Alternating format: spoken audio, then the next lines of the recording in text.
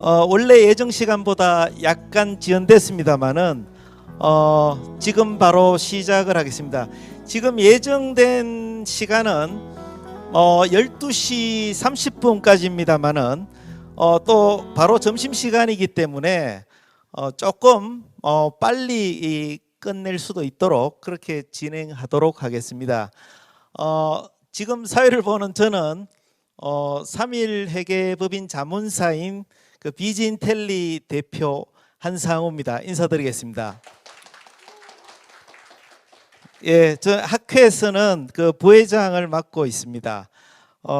우리 학회가 출범한 후에 작년에 이어 올해 또 이렇게 제주도에서 포럼을 하게 돼서 매우 기쁘고 직접 또 참석하게 돼서 영광입니다.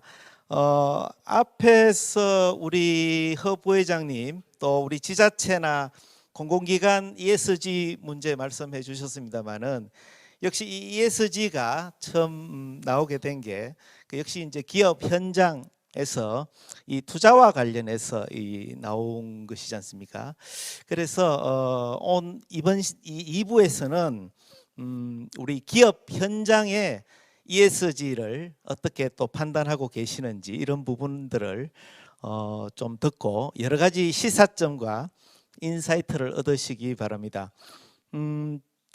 제가 지원하고 있는 3일 회계법인에서도 그 ESG 전문가 그룹을 두고 있고 거기에서도 주로 이제 ESG 경영은 물론이고 ESG 경영 트렌드라든지 특히 이제 국내나 글로벌상 표준 그 기준들 이런 통합돼 가고 있습니다만은 이런 것에 대해서 굉장히 많이 추적을 하고 있고 또 우리 지금 ESG와 관련된 ESG 경영을 위해서 각 기업들이 그 평가 기준 항목 이런 것에 대해서 이제 전문적으로 지원하는 그런 일을 하고 있습니다. 잘 아시다시피 이제 기업이라는 것이 자체적인 생존과 그 이익을 넘어서서 주주, 채권자, 고객사, 또 정부 등등 이런 다양한 이제 이해관계인의 그 니즈를 충족할 필요가 있습니다. 나아가서 전 지구적인 지속 가능성 이런 것들과 관련해서 보다 적극적인 역할을 수행해야 한다는 그 요구가 커지고 있습니다. 그 ESG가 이제는 그 범위와 영향력을 비즈니스 전반에 이제 확장하고 있는 것입니다. 이제 이런 가운데 그 ESG가 글로벌 변화와 혁신의 핵심 의제임을 인식을 해야겠습니다. 그 지속 가능성과 관련된 성과를 어떻게 보여줘야 될지 기업이 고민하고 있습니다. 리스크도 관리를 해야 됩니다. 장기적인 가치 창출을 어떻게 할 것인지 진지하게 논의해야 될 시점이고 그런 차원에서 이제 오늘 우리 글로벌 대기업 이 세 군데에서 ESG를 어떻게 운영하고 생각하고 계신지를 발표를 하시게 되고 또 그에 따라서 이 기업 현장에서의 어떤 ESG의 그 체감도를 좀 느껴보시면 좋겠습니다. 오늘 지금 시간이 조금 지연이 됐습니다만은 원래 이 세션이 2시간이나 준비가 되어 있습니다. 그래서 우리 세 기업에서 지금 발표하게 되어 있습니다. 삼성 그리고 SK 그리고 현대중공업 세 군데서 발표하는데요. 각 기업마다 한 30분 정도 발표를 하시면 될 것 같고요. 첫 번째 발표는 그 삼성 이찬희 삼성 준법감시위원회 위원장님 제 50회 대한변협 회장을 역임하셨습니다. 그리고 두 번째 발표는 SK의 그 임은정 부사장님이 줌으로 발표를 해주시겠습니다. 그리고 세 번째 현대중공업에서는 당초에 안광현 대표님이 직접 발표해 주시기로 했습니다만은 오늘은 그 김준호 수석 매니저님께서 전문가십니다. 발표해 주시도록 하겠습니다. 그럼 첫 번째 순서로 삼성 이찬희 회장님의 발표를 듣겠습니다. 박수로 환영해 주시기 바랍니다.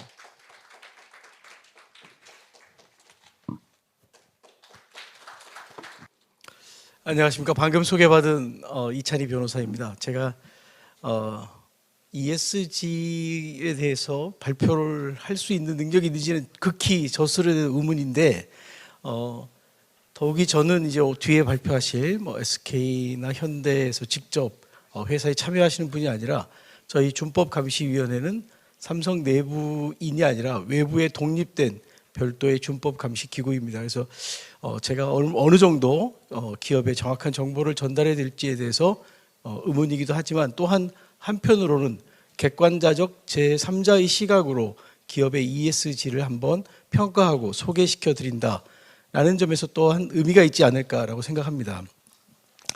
저는 방금 소개해 주신 것처럼 삼성의 준법감시위원회 위원장을 맡으면서 동시에 ESG 소위원회, 제가 2기 위원장이 되면서 만든 ESG 소위원회 소위원장을 맡고 있습니다. 그리고 주식회사 넷마블의 ESG 경영위원회 위원장을 맡고 있습니다. 이런저런 이유로 제가 알고 있는 부분에 대해서 여러분들과 함께 고민하도록 하겠습니다.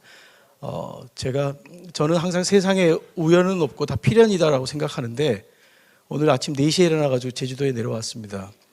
우리 고문현 회장님께서 저한테 미리 정보를 화상도 가능하고 대리인 출석도 가능하다라는 정확한 정보를 주셨으면 어떻게든지 방법을 마련했을 텐데, 즐거운 마음으로 내려오긴 했지만 상당히 아침부터 일찍 내려와서 좀 횡설수설하도 이해해 주시기 바라겠습니다.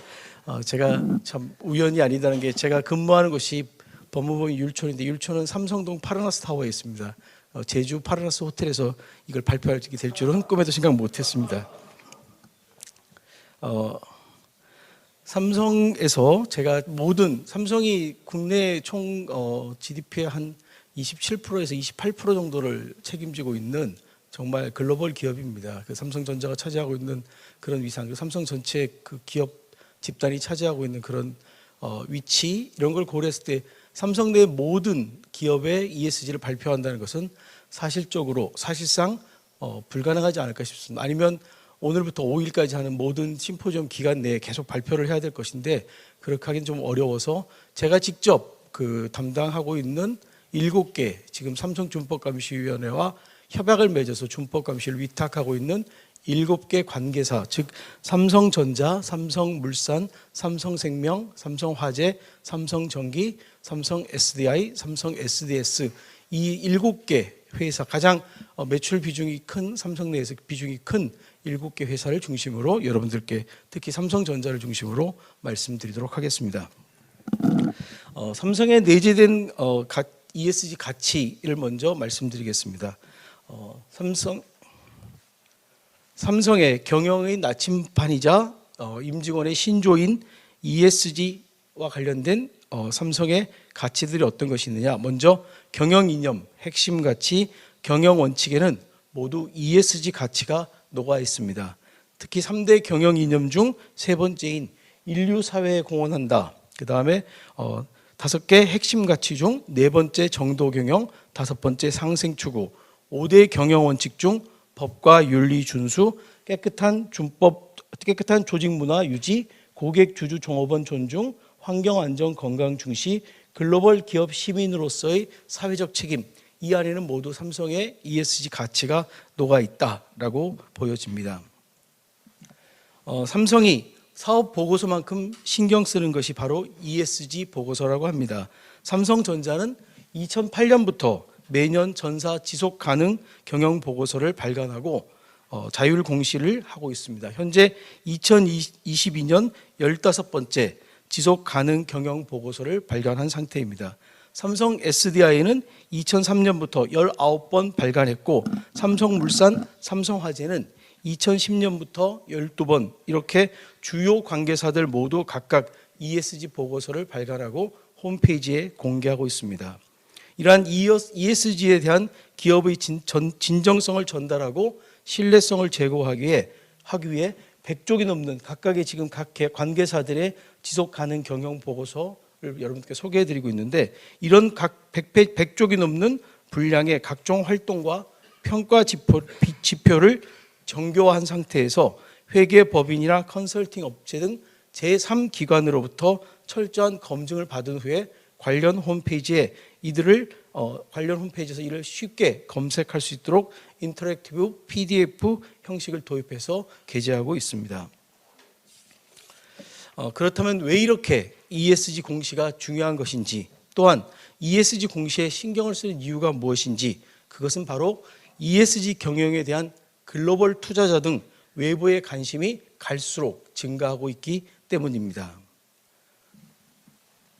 자본의 새 흐름 ESG에 대해서 말씀드리겠습니다. 원래 여러분들이 저보다 훨씬 더 잘 아시겠지만 ESG의 원래 개념인 지속가능, 이 서스테이너빌리티에 대해서는 돈보다 사회 환경의 지속 가능한 발전, 사람과 지구를 염두에 둔 말이었는데, 이것이 점점 최근에는 기업의 ESG 성과를 시장의 보상 체계와 연결 또는 제도화하는 ESG 2.0의 시대가 도래하였다라고 하고 있습니다. 이런 ESG와 기업의 재무 성과 간에 긍정적인 인과관계가 있다는 연구 결과도 있다고 합니다. 삼성전자는 2019년부터 블랙록이라든지 JP모건, HSBC, 캘리포니아 교원연금 펀드 등 글로벌 투자자 대상으로 이러한 지속 가능성에 대한 과정을 진행하고 있습니다. 이들이 관심을 가지는 가장 중요한 분야는 기후변화 부분인데, 이러한 기후변화 부분에 대해서 현재 다양성이 확대되고 있는 추세라고 합니다. 삼성 ESG 관련 조직 관계자 인터뷰라고 되어 있는데요. 삼성 SDI의 최윤호 대표이사가 말씀하신 건데, 지속 가능 경영은 비용보다는 미래를 위한 투자의 관점에서 추진해야 된다라는 것이 바로 ESG를 가장 단적으로 표현한 것이 아닌가라는 생각이 듭니다. 다음으로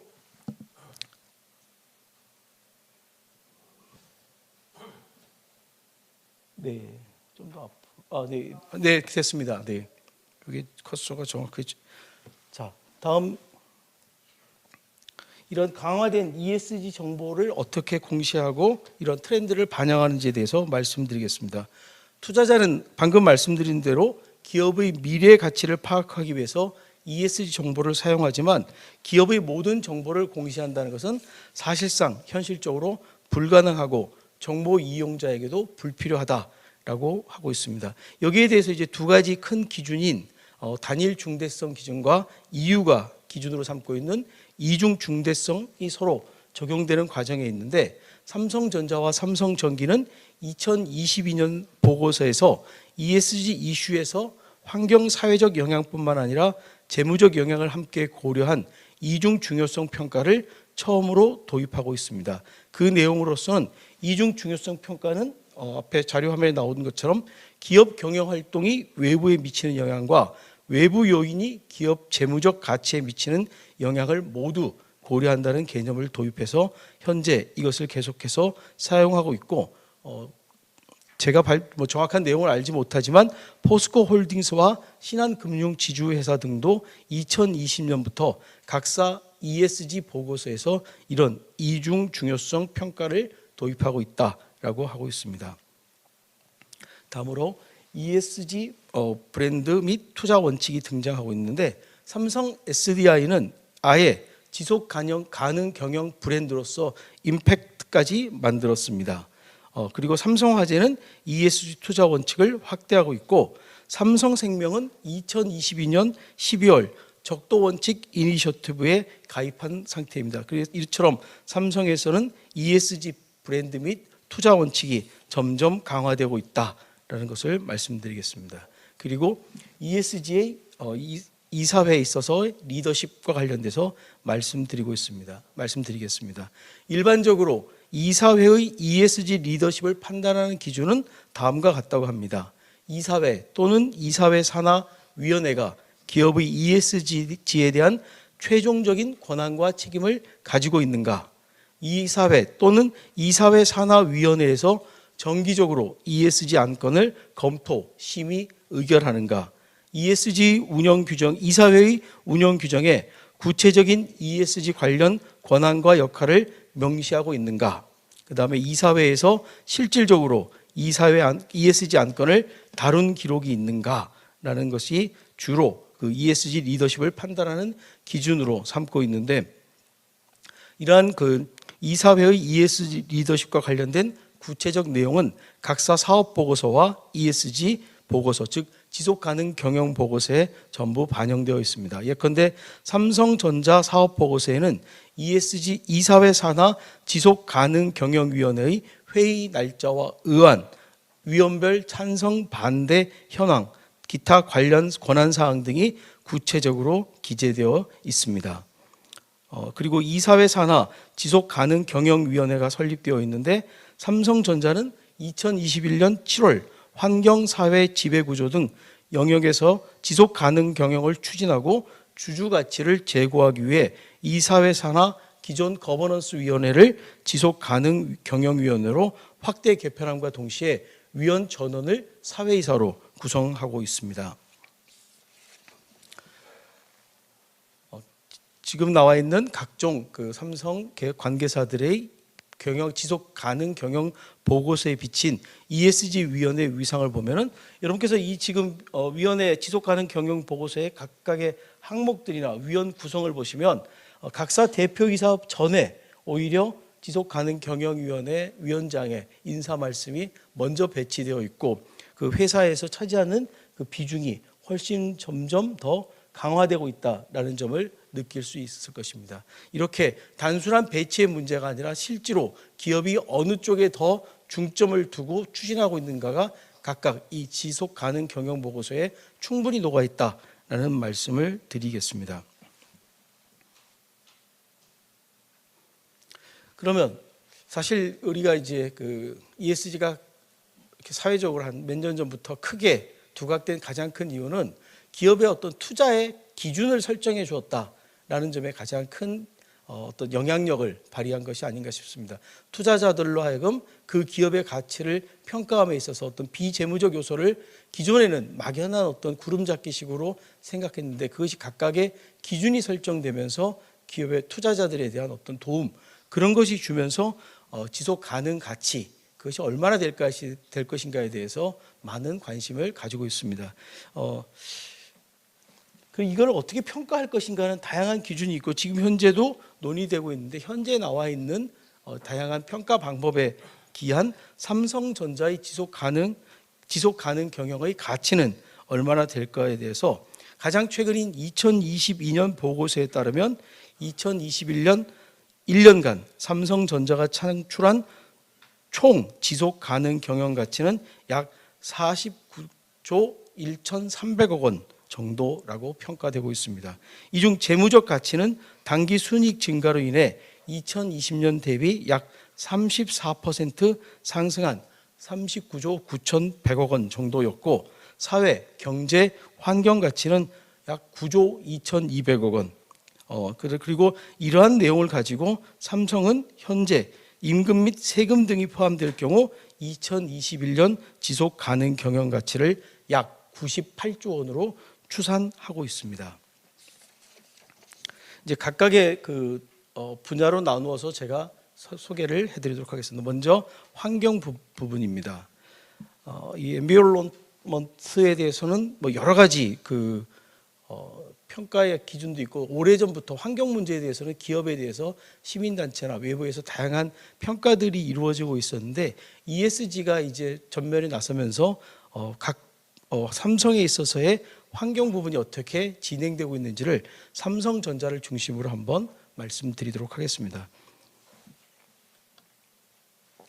삼성은 친환경에 선구안적인 시각을 가지고 녹색 경영을 표방했습니다. 일찍이 이러한 환경에 주목을 하면서 1992년 삼성 환경선언을 발표하여 환경 문제가 선택이 아니라 필수라는 인식을 표방하였습니다. 그리고 1993년 삼성 지구환경연구소를 설립해 환경 관련 연구와 캠페인을 전개하였고 1996년 5월 본격적으로 녹색 경영을 선언하고 사업장, 제품 경영, 지역사회 등 5개 범주에서 녹색화를 추진하였습니다. 그리고 2005년에는 환경 중시를 삼성의 5대 경영 원칙 중 하나로 지정했고 2009년에는 직간접 온실가스 배출량 감축 내용 등을 담은 녹색 경영 비전과 중기 목표, 에코 매니지먼트 2013을 발표하였고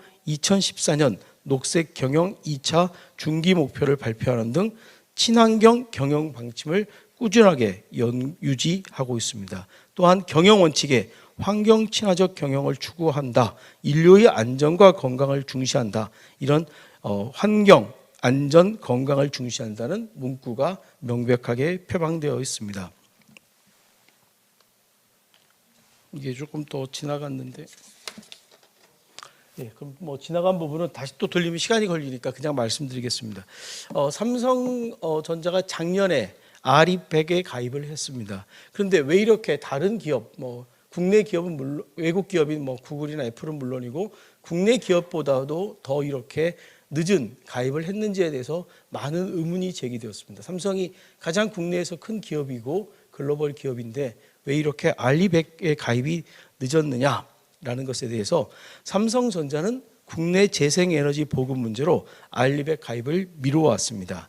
경쟁사인 대만의 TSMC가 2020년에 알리백 가입을 선언했고 애플, 구글 등 IT 업체들도 일찌감치 알리백 가입 선언을 한 것에 비해서 상대적으로 많이 늦은 결정이었습니다. 이것은 물론 국내에서 핵심 반도체 사업장이 자리 잡은 한국은 재생에너지 공급 여건이 상대적으로 좋지 않아 재생에너지 목표 달성에 현실적으로 어려움이 크다라는 것을 토로하면서 이 부분에 대해서 국내 여건이 갖춰질 때까지 좀 기다렸다라는 측면이 있었습니다. 그렇지만 탄소 중립 행렬에 동참하라는 글로벌 이해 관계자들의 목소리가 점점 거세지면서 더 이상 이것을 미룰 수는 없다라고 생각해서 이것에 가입을 하기 시작했습니다.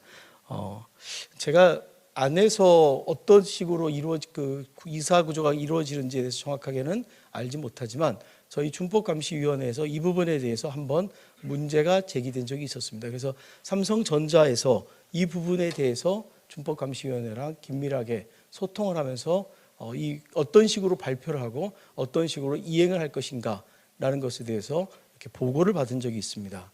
그때 가장 제가 인상 깊었던 말이 있었습니다. 왜 이렇게 가장 큰 기업이 이렇게 알리백 가입이 늦었는지에 대해서 질문을 하니까 그 담당자가 하는 말이 삼성이 말하면 지켜야 한다라는 원칙이 우리에겐 있습니다라는 겁니다. 국내 최고의 기업으로서 쉽게 발표하고 나중에 그 뒷책임을 지지 않는 것보다는 한번 발표하면 끝까지 이 알리백에 가입하는 순간 기업의 어떤 그 경제적인 손실은 충분히 예상될 수 있고 그것이 또한 더 나가면 소비자에게 그 어떤 손해만큼의 비용으로서 전가될 수 있는 그런 모든 점까지 철저하게 검토를 하고 국내의 어떤 재생에너지 전체의 기반과 다 완전한 시뮬레이션을 해본 다음에 우리는 추진하려고 했습니다. 라는 말을 했습니다. 제가 뭐 더 길게 설명 안 해도 삼성이 말하면 지켜야 한다라는 원칙이 가장 저에게 인상 깊게 남았었습니다.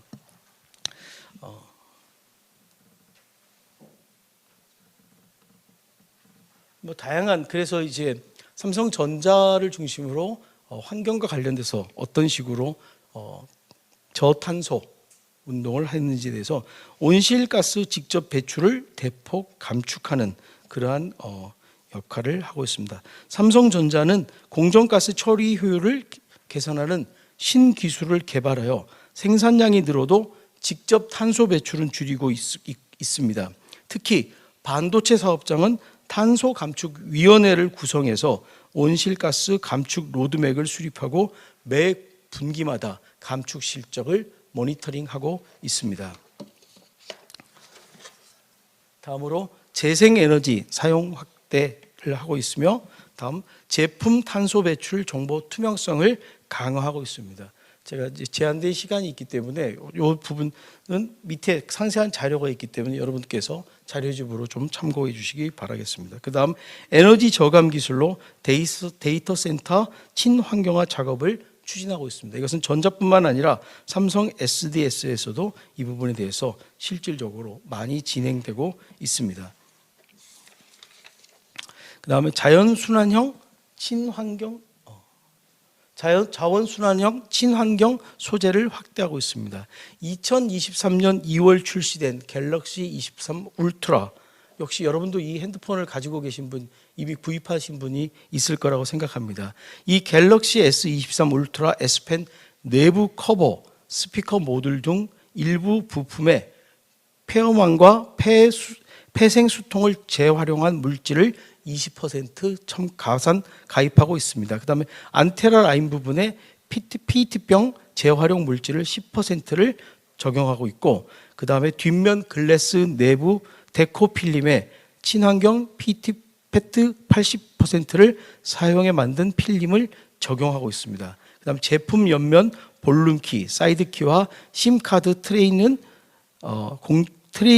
공정 중 발생하는 알루미늄 부산물을 재활용한 알루미늄 28%를 포함하는 등 핸드폰 하나에도 다양한 이런 그 자원순환형 친환경 소재를 사용하고 있다라는 점을 말씀드리겠습니다. 그 다음에 이렇게 만들 때뿐만 아니라 전자제품, 이미 만들어진 전자제품을 회수하고 재활용하는 과정도 역시 같이 진행되고 있습니다.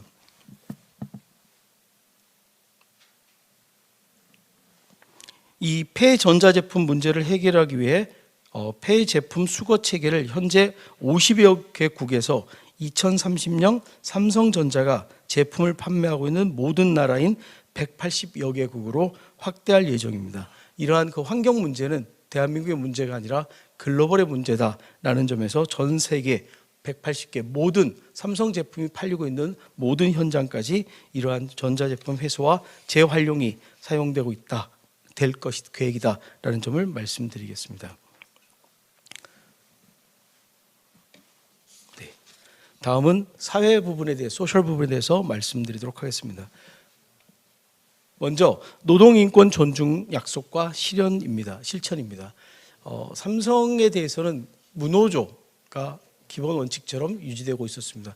여기 지금 저희 1기 준법감시위원회 위원으로 했던 봉욱 변호사님이 자리하고 계신데요.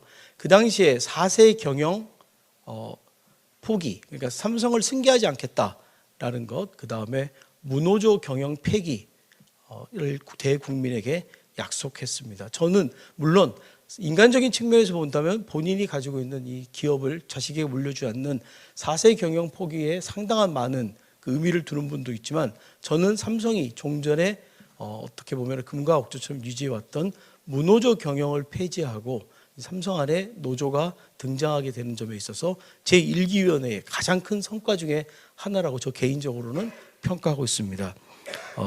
삼성은 원래 인재 제일 경영을 철학으로 이제 유지하는 기업입니다. 그러나 그 기업의 성장 과정에 있어서 인권이 완전하게 보장되고 보호되었느냐라는 측면에 대해서는 많은 문제 제기가 있었습니다. 그래서 지금 현재는 노사관계협의회뿐만 아니라 노조가, 노동조합이 서로 공존하면서 기업의 어떤 노동자의, 근로자의 인권 보장을 위해서 애를 쓰고 있는 과정입니다.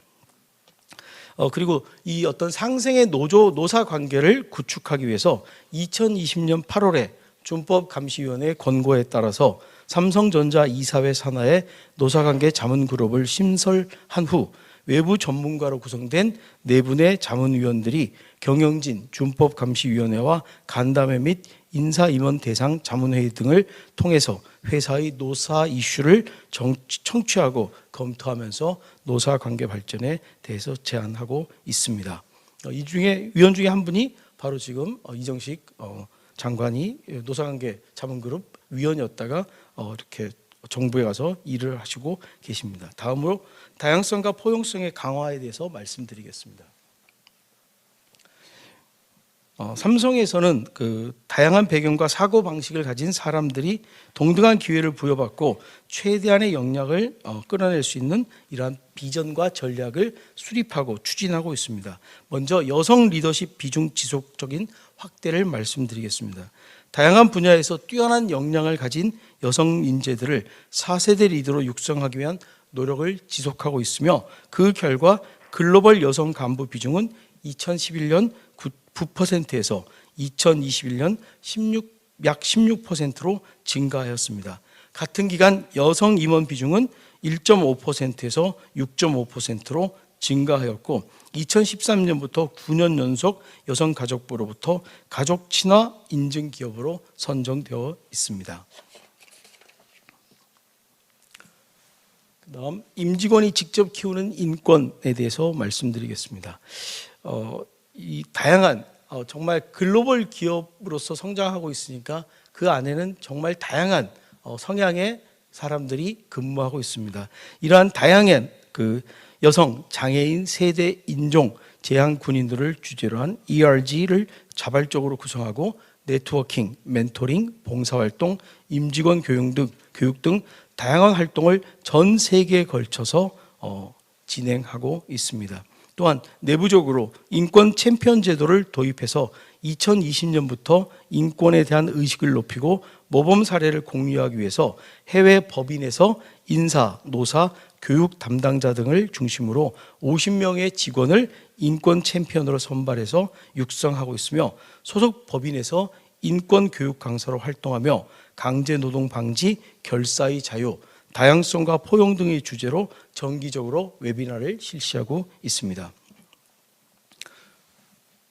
또한 협력사의 경쟁력이 나의 경쟁력이다 라는 표 아래서 삼성전자는 We buy value, we pay trust라는 비전을 바탕으로 거래하는 협력회사의 지속 가능성까지 고려해서 공급망 전체가 함께 성장하고 발전하는 것을 목표로 운영하고 있습니다. 또한 파트너와 함께 만드는 지속 가능성으로서 협력사 현장 점검을 하고 모든 협력회사가 인권, 환경, 안전보건, 윤리와 관련해서 현지 법규와 그다음에 RBA 행동규범을 반영한 삼성전자 협력회사 행동규범을 준수할 것을 요구하고 있으며 책임 광물 관리 제도를 통해서 불법적으로 채굴되는 분쟁 광물을 사용하지 않고 있습니다. 또한 세계로 확장되는 사회공헌과 관련돼서는 삼성전자는 청소년 미래기술 역량 강화와 스타트업 창업 지원은 물론 그 대상을 국내를 넘어 해외로 확대하고 있습니다. 한 가지 사례를 든다면 2022년 삼성은 남아프리카 공화국 월터 시슬로 대학과 함께 현지 기술 분야 청년 고용을 활성화하기 위해서 삼성 이노베이션 캠퍼스를 운영하고 있습니다.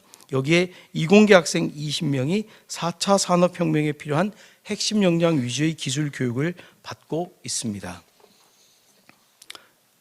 또한 미래 인재 창의 스타트업을 양성하고 있으면서 삼성 청년 소프트웨어 아카데미를 운영하고 있으며 삼성 주니어 소프트웨어 창작 대회를 개최하고 삼성 드림 클래스, 그다음에 다양한 스타트업 창업 지원을 유지하고 있습니다. 마지막으로 지배 구조에 대해서 말씀드리겠습니다. 우리가 ESG에서 가장 어떻게 보면 후순위로 지금 연구되고 있는 것이 지배 구조라고 생각하고 있습니다. 그러나 가장 먼저 했던 환경이라든지 기업의 사회적 책임이라든지 이런 부분보다 어떻게 보면 기업을 가장 건전하게 만드는 구조가 바로 지배 구조가 아닌가 싶습니다.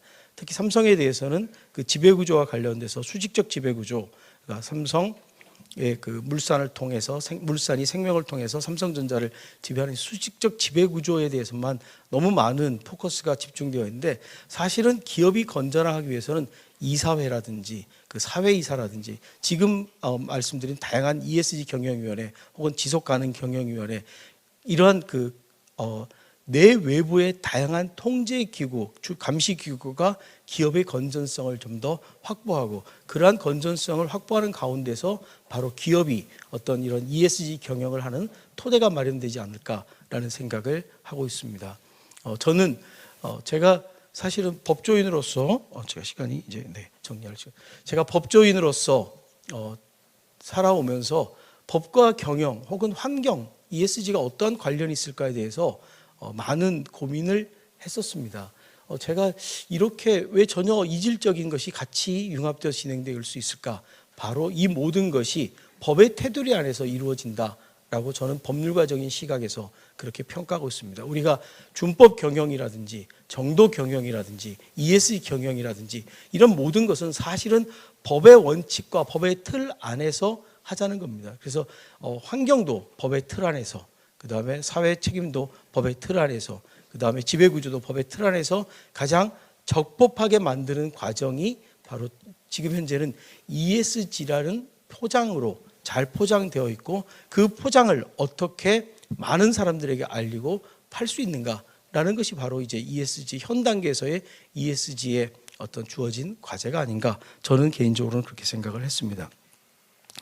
지배구조와 관련돼서는 체계적 시스템으로 준법 경영을 고도하게 해서 삼성전자에서는 준법감시원의 출범에 맞추어서 삼성의 CEO 직속에 있던 법무실 산하에 있던 컴플라이언스 팀을 CEO 직속으로 바꿨습니다. 그러니까 과거에는 법무실이 주축이었고 그 안에 컴플라이언스 팀을 담당하는 준법 경영 윤리를 담당하는 팀이 있었다고 한다면, 지금은 기업의 법무팀과 대등한 구조로 이 윤리 경영, 준법 경영을 담당하는 팀이 같은 역할을 하고 있다라고 보고 있습니다. 지금 글로벌 기업은 대부분 어떤 일이 사후에 발생했을 때 뒤처리를 하는 그런 법무팀과 그러한 발생을 미연에 방지하는 컴플라이언스 팀이 동등한 구조로 유지되어 있고, 삼성도 준법감시원의 출범과 발맞춰서 이렇게 전자뿐만 아니라 모든 7개 관계사뿐만 아니라 더 전사에서 체계적으로 준법 시스템이 고도화되고 있다라는 점을 말씀드리겠습니다. 그다음에 임직원 대상으로 반부패 프로세스를 강화해서 다양한 교육들이 이루어지고 있고,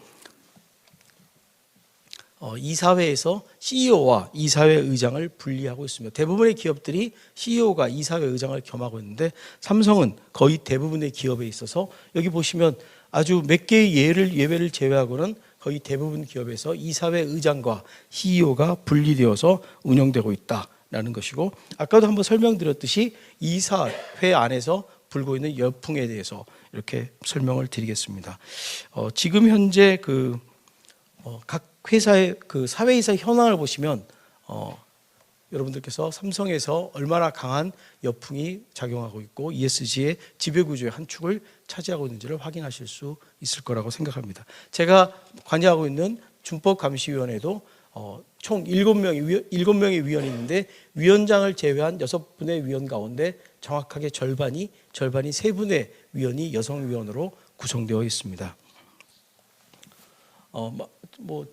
저는 개인적으로는 우리나라의 특수한 기업 형태의 이제 재벌이라고 표현되는 대규모 기업 집단이 있는데, 이 기업 집단은 각 회사 하나하나에는 전부 다 어떤 준법 경영을 위한, 지배 구조를 위한 그런 역할을 다 하고 있습니다. 이사회가 하든 사회이사가 하든 감사위원회가 하든 다 하고 있는데, 이 특수한 어떤 재벌의 최고 경영진, 이 모든 회사를 전부 다 통과하는 최고 경영진의 준법 감시를 누가 할 것인가 라는 점에 공백이 있다고 생각합니다. 그런 점에서 삼성이 어떤 의미에서인지 준법감시위원회를 도입하고, 그 준법감시위원회가 일회성이 아니라 2기로 계속 연결되면서 다양한 그런 어떤 회사 내에서 이루어지는 준법 위반 여부를 제3자적 시각으로 끊임없이 검증하는 과정을 통해서 더욱 준법 경영이 체계화되고 자리 잡지 않을까 싶습니다. 그래서 아까 말씀드린 것 마지막에 보면 준법 지원인에게 인사상 불이익을 가할 경우에는 반드시 그 사유, 특히 준법 지원인이나 준법 감시인을 해임할 경우에는 그 사유를 명확하게 밝힐 것을 요구하고 있으며, 그것에 대해서 준법감시위원회가 철저하게 관리하고 있습니다. 제가 일단 아주 포괄적인 부분을 이렇게 설명을 해드렸는데요. 자세한 내용은 제가 미리 보내드린 자료에 나와 있습니다. 주어진 시간이 30분이라고 말씀하셔서 제가 정확하게 30분 동안만 개략적으로 말씀드렸습니다. 오늘 한국 ESG 학회의 심포지엄을 다시 한번 축하드리면서 더욱 큰 발전하시기를 기원합니다. 감사합니다. 예, 감사합니다. 멋진 발표를 위해서 오늘 새벽 4시부터 애써주신 이찬희 위원장님께 다시 한번 큰 박수 부탁드립니다. 네. 우리 삼성그룹의 여러 회사들 ESG로 나누어서 적극적인 ESG 대응 활동하는 사항들을 저희들에게 친절하게 설명해 주셨습니다.